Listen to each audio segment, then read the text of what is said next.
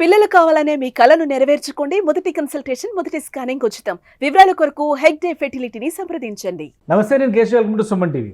ఆంధ్రప్రదేశ్లో విపక్ష నేత జగన్మోహన్ రెడ్డి ఆయన పార్టీ వరుస పెట్టి ఆందోళన కార్యక్రమాలకు శ్రీకారం చుడుతుంది. ఇప్పటికే రైతుల సమస్యలపై ఉద్యమించిన వైఎస్ఆర్సీపీ 27వ తేదీన కరెంటు అంశానికి సంబంధించి ధరల పెంపుదలకు సంబంధించినటువంటి కార్యక్రమాన్ని తీసుకొని అన్ని ప్రభుత్వ విద్యుత్ కార్యాలయాల ముందర ఆందోళనకు సన్నద్ధమవుతుంది. మరోవైపు ఫీజు రీఎంబర్స్మెంట్కి సంబంధించి జనవరి 3వ తేదీన కూడా ఆందోళనలకు సిద్ధం కావాలని వైఎస్ జగన్మోహన్ రెడ్డి పిలుపునిచ్చారు.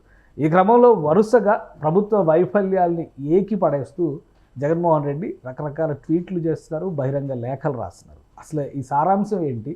6 నెలల్లో ఆంధ్రప్రదేశ్ ప్రభుత్వం సాధించలేనివి లేదా వైఫల్యం చెందినటువంటి అంశాలు ఏంటి? విశ్లేషించేటువంటి ప్రయత్నం చేద్దాం. మనతో పాటు అనలిస్ట్ సుబ్రహ్మణ్యం గారు. నమస్కారం. నమస్కారం సార్. జగన్మోహన్ రెడ్డి గారు గత 4-5 రోజులుగా చూస్తే ట్వీట్లు చేయడం కానంటే 11వ తేదీన ఆందోళనల తర్వాత నుంచి మొదలైనటువంటి పరంపర. ఓకే. సో ఆల్రెడీ ఈ కూటమి ప్రభుత్వం వైఫల్యం చెందింది, సూపర్ 6 అట్టర్ ఫ్లాప్ అయిపోయినాయి, 6 నెలల్లో ఏమీ చేయలేకపోయారు కాబట్టి మీరందరూ రాజీనామా చేయండి అనేది ప్రధానమైన డిమాండ్. దానికి అనుబంధంగా చాలా ప్రశ్నలు లేవనెత్తుతున్నారు. నిజంగా ఆంధ్రప్రదేశ్లో అటువంటి దయనీయమైన స్థితులు, ప్రజలకు ఇచ్చినటువంటి మాటలు నిలబెట్టుకోలేని నిస్సహాయత ప్రస్తుత ప్రభుత్వంలో ఉందా? సార్, ఉనికిని చాటుకోవటానికి ఏదో ఒకటి గోల చేసి ప్రజల్లో కనపడాలా అని చేసేటటువంటి ఒక ప్రయత్నం ఉంటుంది. నిజంగా గవర్నమెంట్ ఏదన్నా లోపాలు ఉంటే ఎత్తి చూపించే అధికారం విపక్ష పార్టీగా ఖచ్చితంగా వాళ్ళకు కూడా ఉంటుంది. ప్రజలందరికీ ఓటు వేసిన ప్రతి ఒక్కరికి ఉంటుంది. సో జెన్యున్గా ఏదన్నా ప్రస్తుత ప్రభుత్వం తప్పులు చేస్తుంటే 100% వాళ్ళు ఎత్తి చూపించాలా, మనలాంటి వాళ్ళు కూడా సపోర్ట్ చేస్తాము, ప్రజలు కూడా సపోర్ట్ చేస్తారు. అలా కాకుండా కాదేది అనర్హం అన్నట్టు ఏది పడితే అది చేసేదంతా తప్పు అని చెప్పేసి మాట్లాడితే మాత్రం చూసేవాళ్ళు అంత అమాయకులు కాదు. ఆల్రెడీ నిరూపించినారు, మమ్మల్ని తక్కువ అంచనా వేయొద్దని చెప్పి 11 ముచ్చటగా 2 ఒకట్లు ఫ్యాన్సీ నెంబర్ ఇచ్చి కూర్చోబెట్టినారు. ఇది మర్చిపోకుండా వాళ్ళు చేయాల్సింది ఏంటంటే జెన్యున్గా ఏదైనా ఇష్యూ ఉన్నప్పుడు 100% ప్రజల్లోకి వచ్చి గోల చేసి ప్రజలకు మేలు జరిగేటట్టు చేయడం. అదే కదా. ఇప్పుడు 11వ తేదీ జరిగిన ఆందోళన చూస్తే రైతుల ధాన్యం కొనుగోలు విషయంలో మీరు ఫెయిల్, రైతులను ఆదుకోలేకపోతున్నారు, దీని మీద ఆందోళన చేశారు. ఆ పార్టీ అయితే ప్రకటించుకుంది గ్రాండ్ సక్సెస్, రాష్ట్ర వ్యాప్తంగా మా నిరసన బలంగా తెలియజేసామని చెప్పాను. రైతులకు న్యాయం చేసింది ప్రభుత్వం. సార్, ఎప్పుడు సార్ ఇంతకు ముందర తీసుకుపోయిన వడ్లకి డబ్బులే ఇవ్వకుండా ఎన్నో రోజులు ఇబ్బంది పెట్టిన సందర్భాలు ఉన్నాయి యాక్చువల్గా. అది ఇప్పుడు దీని గురించి మాట్లాడేటప్పుడు ప్రతి ఒక్కరూ ఎంత రాజకీయం చేస్తున్నప్పటికీ కొంత విచక్షణ కలిపి రాజకీయం చేయాలి. యాక్చువల్గా వాళ్ళ టైంలో ఎన్ని రోజులకి ఇచ్చినారు, ఈ టైంలో ఎన్ని రోజులు డిలే అవుతుంది, దాన్ని కంపేర్ చేసి చెప్పుకునే పరిస్థితి చెప్తే ప్రజలు కూడా నమ్ముతారు. ఇన్ఫ్యాక్ట్ ఈరోజు చూసినాం, చంద్రబాబు నాయుడు గారు పోయేసి ఒక సర్పంచ్ని పక్కన కూర్చోబెట్టుకొని రైతుల్ని పిలిపించి కూర్చోబెట్టి అక్కడ జరిగేటటువంటి విషయాలన్నిటి గురించి మాట్లాడుతూ ఆయన ఇవ్వాల్సినటువంటి అష్యూరెన్సెస్ కూడా ఇస్తున్నాడు ఆయన యాక్చువల్గా. ఇలాంటి ఇప్పుడు పోనీ మనం అనుకుందాం సార్, ఇంతకు ముందర ప్రభుత్వంలో ఈ విధంగా రైతుల దగ్గర కూర్చొని మీకున్న సమస్యలు ఏంటి, ఇప్పుడు మనం పెట్టినటువంటి సిచ్యువేషన్ ఎలా రన్ అవుతుందని మాట్లాడిన సందర్భం ఏమైనా ఉందా సార్? అంటే జగన్మోహన్ రెడ్డి గారి స్టైల్ వేరు, చంద్రబాబు నాయుడు గారి స్టైల్ వేరు. స్టైల్ ఏముంది సార్, ఏదైనా సరే ప్రజలకి అందుబాటులో ఉండి వాళ్ళ సమస్యల మీద వాళ్ళకి సమస్యలకి సహాయం చేస్తూ ఏదైనా పొరపాటు చేసినప్పుడు దాన్ని ఎత్తు చూపించడమే కదా సార్ చేయాలి. ఇప్పుడు అలా కాకుండా అంటే ఇప్పుడు సరే, ఇప్పుడు వాళ్ళు ఖచ్చితంగా ధర్నాలు చేయొచ్చు. ఇప్పుడు ధర్నాలు చేస్తే దాంట్లో మ్యాటర్ ఉంటే ఖచ్చితంగా ప్రజలు దాన్ని యాక్సెప్ట్ చేస్తారు సార్. ఇప్పుడు ఇంకొకటి అసలు మేజర్ అబ్జెక్షన్ ఒకటి, జగన్మోహన్ రెడ్డి గారు ఒక సుదీర్ఘమైనటువంటి ట్వీట్ కూడా చేశారు. విజన్ 2047 పేరుతో మళ్ళీ చంద్రబాబు నాయుడు గారు మాయలు చేస్తున్నారు. అందులో చాలా అంశాలను కూడా ఆయన ప్రస్తావించారు. ఒక 6 అంశాలని విశ్లేషణాత్మకంగా రాశారు. అన్నీ కలిపి చివరికి చంద్రబాబు నాయుడు గారు ఒక 420 అని కూడా ఎలిగేషన్ చేశారు. సో ఎలా చూడాలి, దానిలో ఉన్నటువంటి వాస్తవికత ఏంటి? ఇప్పుడు ఆల్రెడీ కోర్టులు ముట్టికాయలు వేసినాయి, వాడే భాష కొంచెం గౌరవప్రదంగా వాడండి అని చెప్పి చెప్పి ఆల్రెడీ కొంతమందికి మీద ఇంకా కేసులు నడుస్తూ ఉన్నాయి. ఎంతోమంది కాళ్ళు పట్టుకోవడానికి వచ్చినారు, మమ్మల్ని వదిలిండు స్వామి మేము మాట్లాడమని చెప్పేసి. ఇంత జరిగిన తర్వాత కూడా అధినాయకత్వంలో ఉన్నటువంటి వాళ్ళు 420లు అది ఇదిని మాట్లాడటం, ఆ రకంగా మాట్లాడి ఫర్ ఎగ్జాంపుల్ కూటమి ప్రభుత్వం సంబంధించిన వాళ్ళు గవర్నమెంటే అఫీషియల్గా మీకు ఒక నంబర్ ఇచ్చిందని అంటారు. చంద్రబాబు నాయుడుకి ఎవరు నంబర్? ఫోన్ నంబర్ కదా సార్, కోర్టులో ఖైదీ నంబర్ అంటారు కదా, అంటే వీళ్ళు కూడా అంటారు కదా. సో ఏంటంటే ఇప్పుడు మాట్లాడేటప్పుడు విజన్ అని చెప్పేసి జనాల్ని మభ్య పెడుతుంటే దాంట్లో మభ్య పెట్టడానికి ఏముందో మన ఇద్దరం కొంచెం మాట్లాడదాం సార్.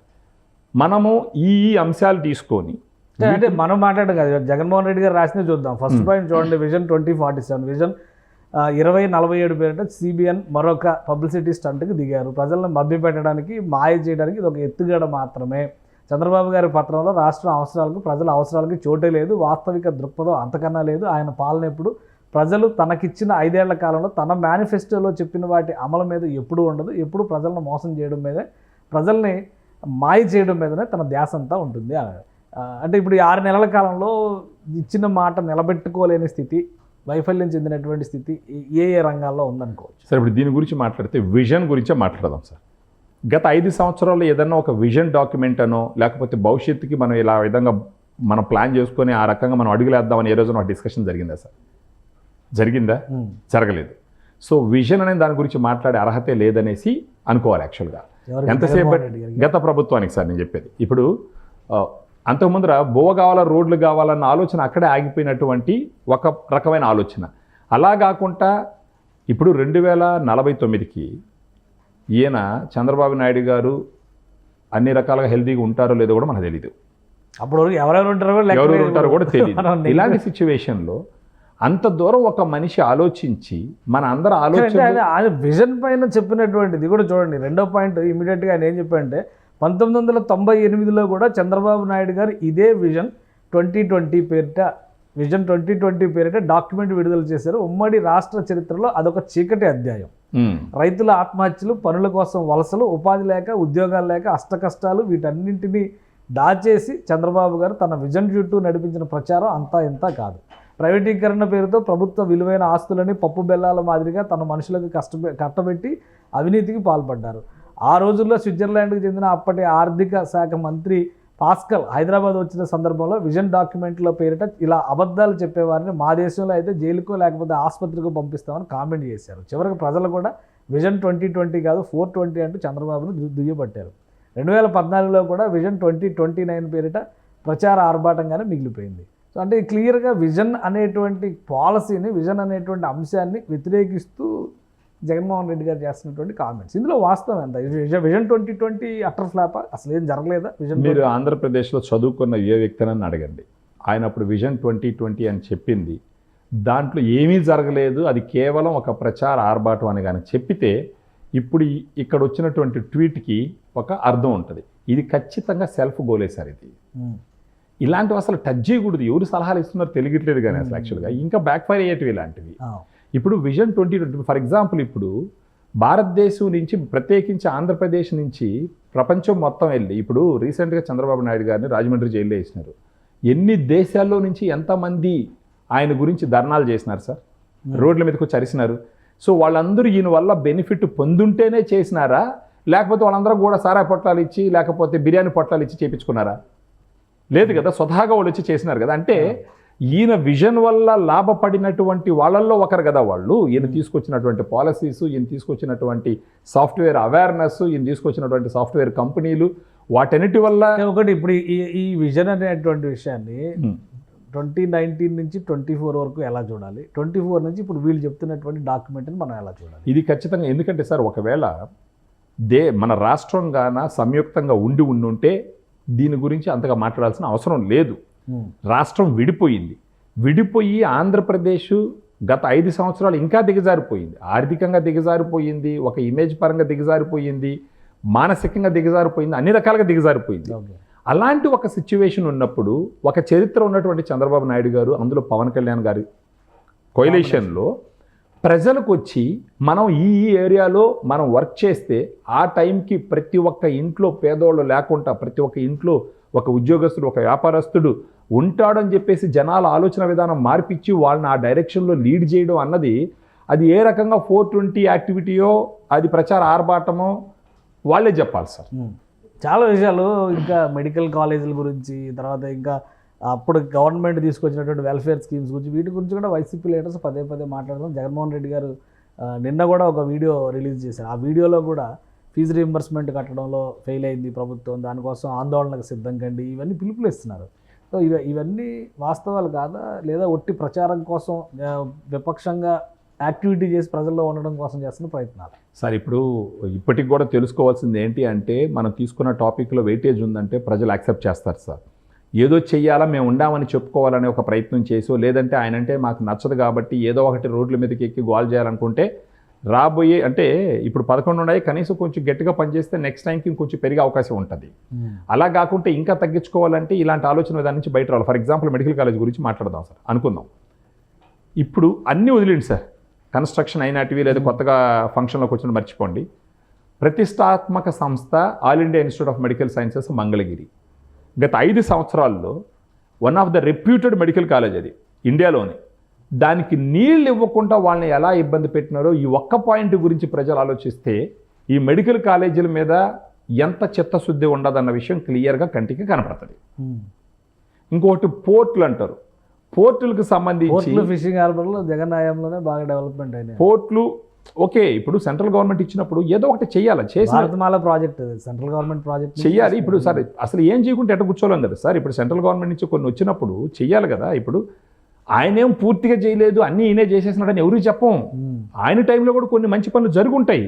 కానీ కంపారిజన్ ఎలా ఉంటుందంటే ఎవరు ఎక్కువ మంచి పనులు చేసినారు, ఎవరు తక్కువ డ్యామేజ్ చేసినారు, ఓకే, దాన్ని బట్టి ప్రజలు ఓటర్లు కానీ వాళ్ళు నిర్ధారించుకుంటారు.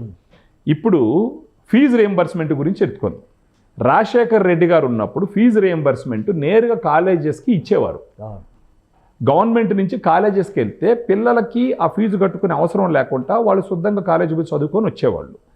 తర్వాత ప్రభుత్వం, ఇప్పుడు రీసెంట్గా వచ్చిన గత ప్రభుత్వంలో వచ్చినటువంటి నాయకులు కాలేజీకి ఇవ్వాల్సిన జగన్మోహన్ రెడ్డి గారే కదా, జగన్మోహన్ రెడ్డి గారు ఆయన టీం మొత్తం. జనం కన్ఫ్యూజ్ అవుతారు, ఎవరు వేరే వాళ్ళు చేశారు, ఎవరు నిర్ణయాలు లేవు, జగన్మోహన్ రెడ్డి గారు ఆయన టీం అనుకుందాము. ఈ ఫీజు రియంబర్స్మెంట్ అనేది మళ్ళా అమ్మల అకౌంట్లో ఎందుకు వేయాలి సార్?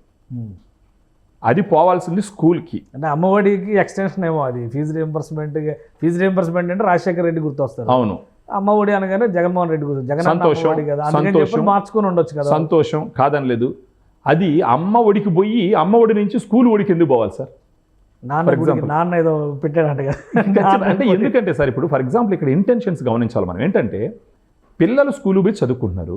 ఇంతకు ముందర రాజశేఖర్ రెడ్డి గారు గౌరవంగా గవర్నమెంట్ నుంచి స్కూల్కి పంపించినారు. సో పేరెంట్స్ వాళ్ళకి కావాల్సి ఉంటే మీ పిల్లలకి ఇంత కట్టినామని చెప్పేసి ఒక నోట్బుక్ లేకపోతే ఒక పాంప్లెట్ ఇంటికి పంపించవచ్చు. మీ అబ్బాయికి గవర్నమెంట్ నుంచి ఇంత పోయింది ఆయన ప్రోగ్రెస్ రిపోర్ట్లే పంపించారు కదా. మీకు 5 ఏళ్లలో ఇంత వేసామని చెప్పి లెక్కలు పంపించారు కదా జగన్మోహన్ రెడ్డి గారికి ఎలక్షన్ టైంలో. అదే సార్ ఇప్పుడు దానికి డిఫరెన్స్ ఏ ఉంటుంది సార్. ఇప్పుడు ఈ ఉచితాలు అన్నది మనకు ఇప్పుడు ఆంధ్రప్రదేశ్లో ఒక 5-6 కోట్ల మంది జనాలు ఉన్నారనుకోండి. ఈ ఉచిత కాదు, ఇప్పుడు జనవరి 3వ తారీఖున ఫీజు రియంబర్స్మెంట్ పైన ఆందోళనకి జగన్మోహన్ రెడ్డి గారు సిద్ధం అవుతున్నారు. ఏడాది పాటు ఫీజు రియంబర్స్మెంట్ ఇవ్వలేదనే దాని మీద ఆయన ఆందోళన చేస్తున్నారు. ఈ ప్రభుత్వం వచ్చి 6 నెలలు అయింది. ఇప్పుడు ఫీజు రియంబర్స్మెంట్ మెలికిని ఎవరు చెప్పాలి సార్? ఇప్పుడు గవర్నమెంట్ ఆల్రెడీ డిసైడ్ చేసింది, ఇది డైరెక్ట్గా కాలేజెస్కి కడతాము అని చెప్పేసి వాళ్ళు ఆల్రెడీ అప్రూవల్ చేసినారు. ఇప్పుడు మీరెందుకు కష్టపడతారు? గవర్నమెంట్ ఆల్రెడీ అప్రూవ్ చేసింది. గవర్నమెంట్ ఇప్పుడు కాలేజెస్ తెలుసుకుంటాయి కదా. అక్కడ ఒకవేళ ఆ కాలేజెస్ స్టూడెంట్స్ రోడ్డు మీద తీసుకొస్తారు కదా. ఇప్పుడు ఆందోళన చేస్తేనే కదా తెలిసి స్టూడెంట్స్ అందరూ మీరు బయటకు వచ్చి ఆందోళన చేయలేదని మీకు ఎగ్జామ్స్ రాయనవారు మార్చిలో అని చెప్తున్నారు. అలా మభ్య పెడతారు సార్. ఇప్పుడు ఒకటి ఒకవేళ లేదు అందులో సార్. ఇప్పుడు వాళ్ళు ఆల్రెడీ ఇస్తామని అప్రూవల్ తీసుకున్న తర్వాత వాళ్ళు రిలీజ్ చేసేదాకా వెయిట్ చేయాలి కదా సార్. ఇప్పుడు ప్రతిసారి ఇదే విధంగా సెల్ఫ్ గోల్. ఇప్పుడు మీరు ఫర్ ఎగ్జాంపుల్ ఇప్పుడు మీరు ఒక పింఛన్ తీసుకుందాం. ఫర్ ఎగ్జాంపుల్ పింఛన్ తీసుకుందాం మనం. పెన్షన్లు కట్ చేస్తున్నారు కూడా రియాక్ట్ అయ్యారు జగన్మోహన్ రెడ్డి గారు. ఉంటుందిలేండి సార్. ఇంకా పార్టీ లీడర్స్ అందరూ ట్వీట్లు చేస్తున్నారు కదా, పెన్షన్లన్నీ తగ్గించేస్తున్నారు ఉద్దేశపూర్వకంగా. ఈ 6 నెలలు కాకుండానే పెన్షన్లు కోసేస్తున్నారు, పెన్షన్లో కోత విధిస్తున్నారు. నిజం కాదా అది? సార్ ఇప్పుడు ఒకవేళ వాస్తవం అయితే ప్రజలు రోడ్ల మీదకి రావాలి, రాజకీయ నాయకులు కాదు సార్. రాజకీయ నాయకులు రోడ్ల మీదకి వచ్చినారు అని అంటే దాంట్లో రాజకీయ దుర్దోషమే ఉంటుంది. ప్రజలు తనంతటి తనుగాను రోడ్ల మీదకి వచ్చిన తర్వాత రాజకీయ నాయకులు కూడా వస్తే దాంట్లో నిజం ఉంటుంది. ఇప్పుడు వీళ్ళ అజెండాలు తీసుకొచ్చి రోడ్లో పెట్టి వీళ్ళకి సంబంధించిన 4 తీసుకొచ్చి రోడ్డు మీద నిలబెట్టి గోల చేయడం అది కరెక్ట్ పద్ధతి కాదు సార్. అది దాంట్లో క్రెడిబిలిటీ కూడా ఉండదు. సో ఒకవేళ ఫర్ ఎగ్జాంపుల్ అనుకుందాము, ఇప్పుడు స్టూడెంట్స్కి గవర్నమెంట్ రియంబర్స్మెంట్ ఇవ్వదు అనుకుందాం కాలేజెస్కి. అప్పుడు ఆ కాలేజెస్లో చదివే స్టూడెంట్స్ రోడ్డు మీదకి వస్తారు కదా. అప్పుడు దాకా ఓపిక పట్టచ్చు కదా. సో ఖచ్చితంగా దీన్ని ఒక రాజకీయ స్టంట్గా చూడాలి. కానీ అంటే తొందరపడి ఒక కోయిల ముందరే కూసేసింది అన్నట్టు అంత తొందరపడి దీని మీదే ఇది చేయాల్సిన అవసరం లేదు. ఒకవేళ లేదా ప్రస్తుత ప్రభుత్వం మీద ప్రెషర్ పెంచితే తొందరగా రిలీజ్ చేస్తారనుకుంటే ఆ రకంగా చేసుకోవచ్చు. అంతేగాని జనాలు మోసం చేసేసింది, స్టూడెంట్స్ని మోసం చేసేసింది వీళ్ళు ఎవ్వరు. ఇప్పుడు ప్రతిసారి చెప్తున్నారు 3 సిలిండర్లు ఎవరు అన్నారు, ఇచ్చినారు. ఇప్పుడేమంటారు, ఇచ్చేసిన దాన్ని వదిలేస్తారు. తర్వాత ఇది అందరికి ఇవ్వలేదు అంటారు. ఇంకా అది కూడా అయిపోతుంది, తర్వాత ఇంకోటి ఏదో తీసుకొస్తారు. సో ఇవన్నీ ఒక రాజకీయ స్టంట్లుగానే చూడాలా, వీటిల్లో చిత్తశుద్ధి ఎంత ఉండదనేది ఇప్పటికీ క్వశ్చన్ మార్క్ సార్. అది సో ఇప్పుడు జగన్మోహన్ రెడ్డి గారు చేసే ట్వీట్లు కానీ ఆయన చేసే కామెంట్లు కానీ వీటికి ఏమీ వ్యాలిడిటీ లేదంటారు. 6 నెలల్లో వైఫల్యాల శాతం ఆయన చెప్తున్నంత స్థాయిలో లేదంటారా? సార్ ఇనీషియల్గా లా అండ్ ఆర్డర్ కొంచెం కంట్రోల్ లేదన్నారు, వాస్తవం, అది అందరూ ఒప్పుకోవాల్సిన విషయం. తర్వాత దాన్ని కంట్రోల్లోకి తీసుకొచ్చినారు. తర్వాత వరదలప్పుడు కూడా రాజకీయం చేసినారు. అవి వచ్చే న్యాచురల్ డిసాస్టర్స్ అప్పుడు సపోర్ట్ చేయడం మానేసి రాజకీయాలు చేయడానికి ప్రయత్నించినారు. దాన్ని కూడా ఎంతవరకు కంట్రోల్ చేసినారు. ఎప్పుడు ఇవ్వనంత విరాళాలు వాళ్ళ మీద ఉన్న నమ్మకంతో ఇచ్చినారు. తర్వాత అదేదో జరిగింది. దాంట్లో కూడా అగ్గిపెట్లకి 20 కోట్లు పెట్టేసినారని చెప్పేసి అదేదో ఒక ఉదంతో వెతుకున్నారు. సో ప్రతి సమయం రాజకీయం రాజకీయం రాజకీయం తప్ప ప్రజలకి మేలు చేసేదంటే సింపుల్ క్వశ్చన్, 10 రూపాయలకి వైద్యం చేస్తున్నటువంటి All India Institute of Medical సైన్సెస్కి నీళ్ళు ఎందుకు ఇవ్వలేదు గత 5 సంవత్సరాలు? సరస్వతి పవర్కి ఇచ్చారు కదా జీవితకాలం 1 TM. సరస్వతి పవర్కి జీవితకాలం తీసుకున్నారు. ఇప్పుడు ప్రజల సొమ్ములు ప్రైవేట్ పరం చేస్తున్నారని అనుకోవడానికి మనం ఇప్పుడు గత టైంలో ఇసుక అమ్మేసుకోలేదా గుట్ల పోసి? ఎక్కడున్న కొండలు దొవ్వేయలేదా? అవన్నీ న్యాచురల్ ప్రయారిటీస్ వేరు, ఇప్పుడు ప్రయారిటీస్ వేరు. ఇప్పుడు ఇచ్చిన వాగ్దానాలు నిలబెట్టుకోలేరు చంద్రబాబు నాయుడు గారు. సార్ 6 నెలల్లో ఎన్నిసారి ఇప్పుడు వచ్చిన మరుసటి రోజే 3,000 ఉన్న పింఛను 4,000కు పెంచుతూ సంతకం పెట్టినారు. లేటుగా కూడా కాకుండా ఒకరోజు ముందరగానే ఇస్తున్నారు జనాలకి. ఆ తర్వాత ఒక్కోటి చేసుకుంటూ వస్తున్నారు. కొంచెం టైం ఇవ్వాలి ఈ ప్రభుత్వానికి కూడా.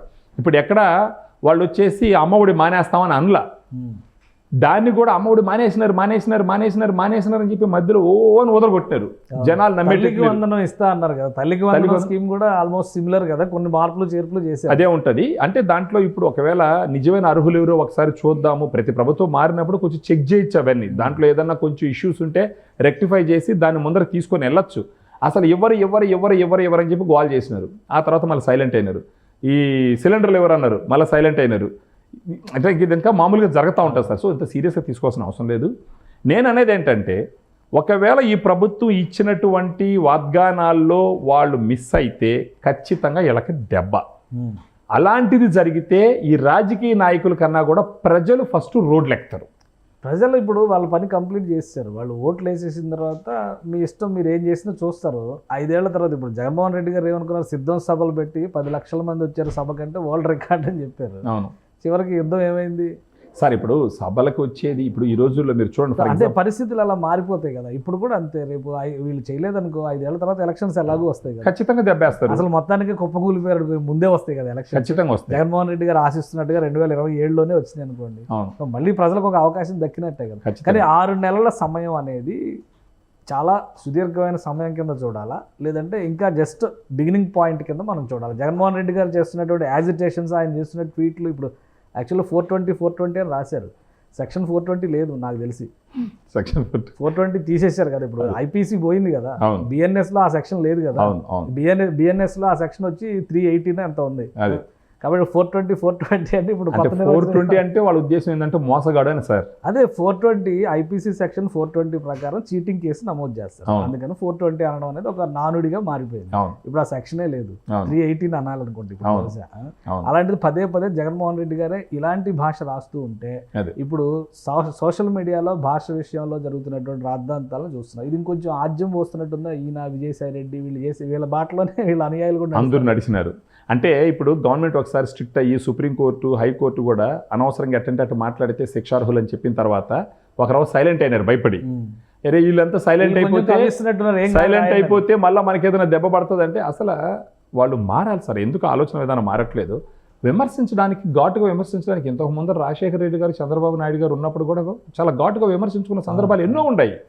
ఒక ఘాటుగా విమర్శించాలంటే మనం అడగాల్సిన, అంటే అన్పార్లమెంటరీ లాంగ్వేజ్ వాడాల్సిన అవసరమే లేదు, మామూలుగా కూడా అడగచ్చు. సో ఇప్పుడు ఈ ట్వీట్ని మనం ఎలా చూడొచ్చు అంటే కేవలం ఒక రాజకీయ లబ్ధి కోసం చేస్తున్నా, అంటే విజన్ మీద కామెంట్ చేసే అర్హత వాళ్ళకు ఉండాలని నేను అనుకుంటున్నాను. ఆ విజన్ మీద అసలు అర్హత లేదంటే ఎట్లాగా? మరి 5 ఏళ్ళు సీఎంగా చేసిన వ్యక్తిని మీరు మరీ పక్కన పెట్టేస్తే? నేను అట్టనట్లేదు సార్. అంటే ఒక విజన్ లేదు, ఒక దూరచూపు లేదు. ఇప్పుడు ఏంటంటే రోడ్లు కదా, ఆయన విజన్ ఉంది కదా, 5 ఏళ్ళు అందరికీ స్కీమ్స్, ఫ్రీ స్కీమ్స్ అన్ని ఇచ్చారు. సరే ఎంతమందికి ఇచ్చినారు సార్? మనం 1,60,00,000 మంది, అదొక విజన్ అనుకోవచ్చు కదా. 1,60,00,000 మందికి మనకు తెలిసి 1,60,00,000 మందికి పథకాలు అందినాయి సార్. ఫర్ ఎగ్జాంపుల్ అనుకుందాం, టోటల్ లబ్ధిదారులు 1,60,00,000 మంది అనుకుందాం. మనం ఒక 5 నుంచి 6 కోట్ల మంది ఉన్నారు. మిగతా వాళ్ళందరికంటే కేవలం దాని మీదనే ఫోకస్ చేసుకొని పోయినారు. ఓకే గుడ్, బాగా చేసినారు, మనం కూడా అప్రిషియేట్ చేద్దాము. మిగతా వాళ్ళందరికీ ఏం చేసినారు అనేది పాయింట్ సార్. ఏం చేయలేదనే 11 వచ్చినాయి. అదే సార్, అంటే ఇప్పుడు 40% ఓడిపోతే ఇంతకు ముందర కూడా, అంటే మనం కూడా ఇప్పుడు రాజకీయ విమర్శలు చూస్తున్నాము, మేమేమంత దెబ్బతినిపోలేదు, మాకు కూడా 40% ఓటు శాతం ఉందంటే 40% ప్రధాన పార్టీలకి ఏ పార్టీకి ఓడిపోయినా మినిమం 40% ఓట్లు ఉంటాయి సార్. ఇంతకు ముందర టీడీపీ 151 వచ్చి వీళ్ళకి 23 వచ్చినప్పుడు వాళ్ళకి కూడా 40% ఓటు శాతం ఉండింది. ఇప్పుడు ఇంకా సీట్లు ఎక్కువ ఉన్నాయి, వాళ్ళకి 23 వచ్చినాయి సీట్లు వచ్చినాయి. అంటే 40% ఓటు శాతంతో ఒక 23 సీట్లు ఉన్నాయి. ఇప్పుడు 40% అంటే ఈ 40% అన్నది ఎప్పటికీ ఉండేటటువంటి ఓటు బ్యాంక్ అది. అంటే వాళ్ళు హార్డ్ కోర్ ఫ్యాన్స్ అని అనుకోవచ్చు, ఉంటారు, అది హార్డ్ కోర్ ఫ్యాన్స్ అనుకోవచ్చు. ఒక 10 to 15% ఓటర్స్ ఎవరు తలరాతన్నా మారుస్తారు. ఈ 10 to 15% వాళ్ళు విఘ్నత ఉన్న వాళ్ళు, ప్రతి పారామీటర్ని ఒక హోలిస్టిక్గా చూసేటటువంటి ఓటర్స్. వాళ్ళకి నచ్చే విధంగా పరిపాలన ఉండాలా, వాళ్ళు మెచ్చే విధంగా పరిపాలన ఉండాలి. అది లేనందువల్లనే 11-40%కి వచ్చింది. సో వాళ్ళకి నచ్చే విధంగా పరిపాలన ఉండాలంటే ఏంటి, రాష్ట్రం ఆర్థికంగా ముందరికి వెళ్ళాలా. రాష్ట్రం ఆర్థికంగా ముందరికి వెళ్ళాలంటే ఏంటి, ఒక రాజధాని రావాలా, రాజధాని అవకాశాల కల్పన రావాలా, నీటి వనరులు ఫుల్గా ఉన్నటువంటి ఆంధ్రప్రదేశ్లో అది అందరికీ ప్రతి ఒక్కరికి చెందే విధంగా, ప్రతి ఒక్కరికి రీచ్ అయ్యి వాళ్ళ పంటలు పండి తర్వాత వాళ్ళు వృద్ధి చెందే విధంగా, ఈ విధంగా వర్క్ చేస్తే ఆ 10 to 15% ఏదో ఒక పక్కకి వంగతారు. అప్పుడు ఆ పార్టీ పవర్లోకి వచ్చే అవకాశం ఉంది.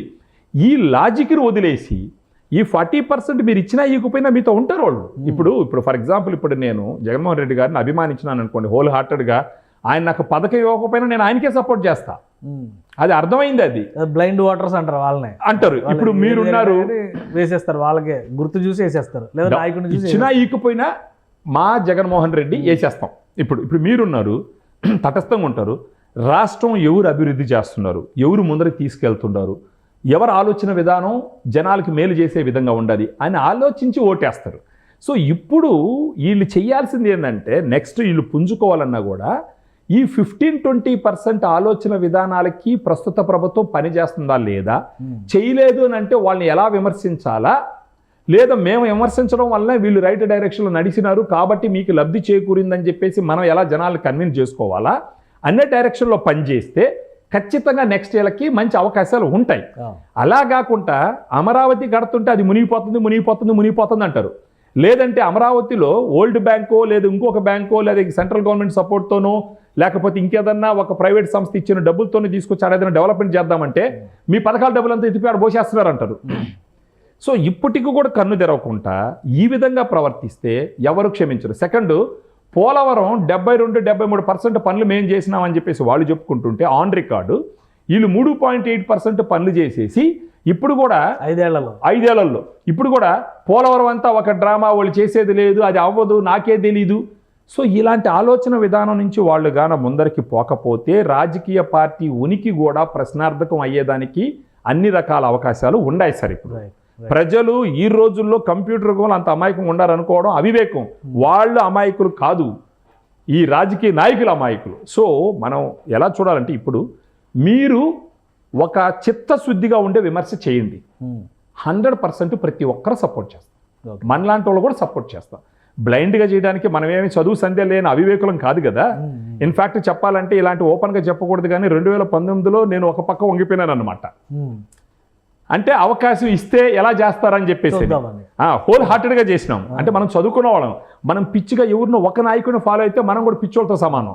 అలా ఎప్పుడు అంటే రాష్ట్ర భవిష్యత్తు, బిడ్డల భవిష్యత్తు ఆలోచించినప్పుడు లాజికల్గా ఒక బ్రాడ్ థింకింగ్లో మనం రాజకీయ నాయకుల్ని ఎన్నుకోవాలి. అలాంటి విధానంలో 2019లో నేను ఒక పక్కకి వంగిన మనస్ఫూర్తిగా.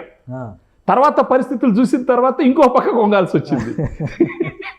అంటే చదువుకున్న చేతులు అట్టుంటుంది అనమాట, అట్టుంటుంది ఇప్పుడు. సో ప్రస్తుతం విమర్శలు చేసే వాళ్ళకి, ప్రతిపక్ష పార్టీలకి, 2 పార్టీల వాళ్ళకి, ఈవెన్ ఇప్పుడు కూటమి ప్రభుత్వాన్ని అభిమానించేటటువంటి ఓటర్లకు కూడా బ్లైండ్గా ప్రతి ఒక్కటి చంద్రబాబు నాయుడు గారు అన్ని కరెక్ట్ చేస్తున్నారు. ఆయన దేవుడు కదా అన్ని కరెక్ట్ చేసేదానికి, వాళ్ళలో కూడా కొన్ని లోపాలు ఉంటాయి. ఆయన మళ్ళీ పదే నాకు ఒక పాయింట్ నచ్చింది సార్. చంద్రబాబు నాయుడు గారు ప్రభుత్వంలోకి వచ్చిన తర్వాత ఒకసారి విలేకరుల సమావేశం పెట్టి, మీరు సలహాలు ఇవ్వండి, ఓటేసేసినారు కదా మీ బాధ్యత తీరిపోయిందని చెప్పేసి మీరు సైలెంట్ అవ్వద్దు అని ఓపెన్గా చెప్పి, మీరు సలహాలు ఇవ్వండి, మేము తప్పు చేస్తే మీరు ఖండించండి, మమ్మల్ని ఒక మంచి డైరెక్షన్లో తీసుకెళ్ళండి. ఇలాంటి ఆలోచన రాజకీయ నాయకులకే కాదు, ఓట్లు బాధ్యతగా వేసిన ప్రతి ఒక్క ఓటర్ కూడా ఆలోచించాలి, నాకెందుకు రాజకీయం అని అనుకోకూడదు. ఇప్పుడు ఇంతసేపు మనం గొంతు చూసుకొని మాట్లాడడం కూడా కారణం ఏంటంటే ప్రజల్లో ఒక చైతన్యం తీసుకురావాలి. ఎవరు మంచి చేసినా అభినందించాలి. ఓవరాల్గా ఎవరు ఎక్కువ మంచి చేసినారు, ఎవరు తక్కువ డ్యామేజ్ చేసినారని చెప్పేసి ప్రజలు విఘ్నతతో డెసిషన్ తీసుకుంటారు. సో ఇలాంటి ట్వీట్లు సీరియస్గా పట్టించుకోవాల్సిన అవసరం లేదు.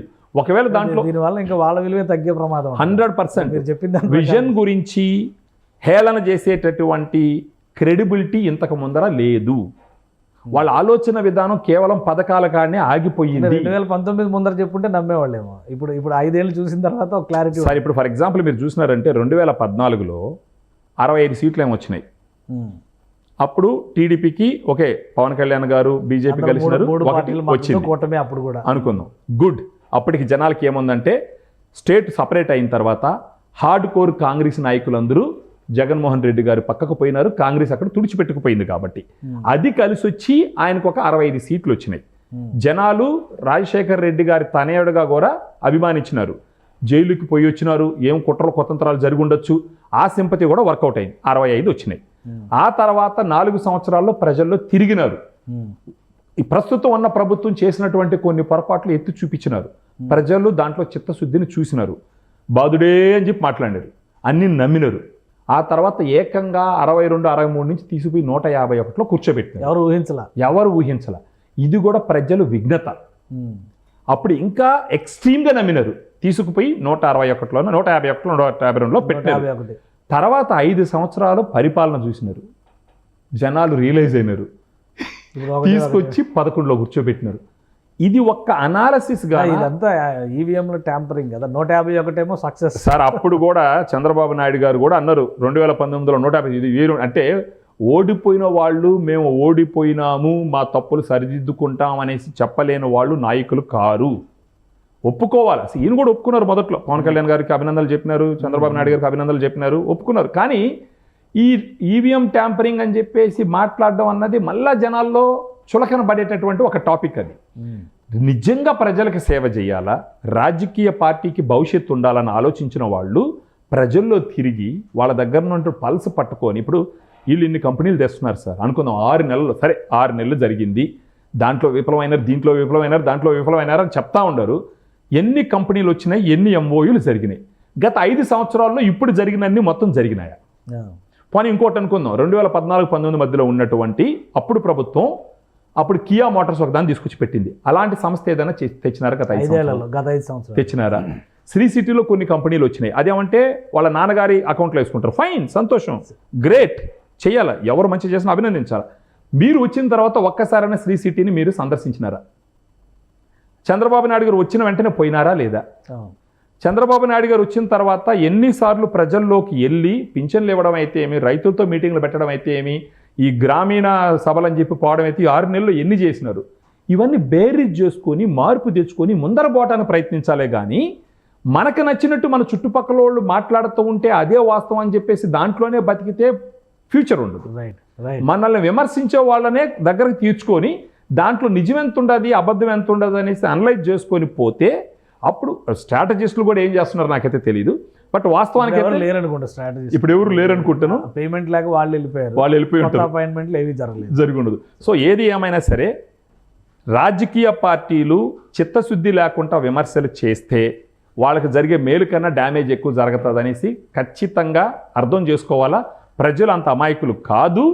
ఇంకా కూడా జనాల్ని మభ్య పెట్టాలని ప్రయత్నం చేస్తే ఎవరు చెవుల్లో పువ్వులు పెట్టుకొని లేరు. వాస్తవంగా మాట్లాడండి. ఖచ్చితంగా తప్పులు మనమేమి ఇప్పుడు కూటమి ప్రభుత్వం ఓయబ్బా చించేస్తుంది, పొడి చేస్తుంది, సూపర్ డూపర్ అని చెప్పట్లేదు. 100% వాళ్ళల్లో కూడా లోపాలు ఉంటాయి. మీరు చిత్తశుద్ధితో ఎత్తి చూపించండి. ప్రయత్నం జరుగుతుంది కదా, ఒక 6 నెలల నుంచి ఒక ప్రయత్నం జరుగుతుంది, చేయండి. ఇప్పుడు దీంట్లో కూడా పొరపాట్లు ఉంటే ఎత్తి చూపించండి. అదే కానీ అమరావతి మునిగిపోతుంది అనద్దు. ఒక కార్యం మొదలు పెట్టినప్పుడు లెట్ ఇట్ గో అహెడ్ కదా, దాన్ని ఎందుకు ఇలా చేయడం? సో ఈ విధంగా చూడాలి sir. Right. Thank you Subrahmanyam గారు విశ్లేషణ అందించారు. ఇది జగన్మోహన్ రెడ్డి చేసినటువంటి ట్వీట్ల సారాంశం కానీ ఆయన తీసుకున్నటువంటి నిరసనల ఎజెండా కానీ వాస్తవాలకు దూరంగా, ప్రజలకి అత్యంత దూరంగా కనిపిస్తున్నటువంటి విధానాలే ఉన్నాయి ఇందులో. అలానే ప్రజాక్షేత్రంలోకి వెళ్ళే ప్రయత్నం కంటే తన పాత పద్ధతులనే ఆయన అనుసరిస్తూ అధికార కూటమిని విమర్శించేటువంటి ప్రయత్నాలు చేస్తే మొత్తానికే నష్టం జరిగేటువంటి పరిస్థితి ఉంటుందని సుబ్రహ్మణ్యం గారు విశ్లేషిస్తున్నారు. రాబోయే రోజుల్లో అయినా కానీ ఇటువంటి భాష, ముఖ్యంగా 420 లాంటి భాష ఉపయోగించడం మానేసి వాస్తవాలను తెలుసుకోవడం ద్వారా గ్రౌండ్ రియాలిటీ పైన ఆయన పనిచేస్తే ప్రజలకి మరింత చేరువవడానికి స్కోప్ ఉండొచ్చని విశ్లేషిస్తున్నారు. ఇది special discussion. Keep watching. Suman టీవీలో మీ పర్సనల్ అండ్ బిజినెస్ ప్రమోషన్స్ కోసం కింది నెంబర్కి కాంటాక్ట్ చేయండి.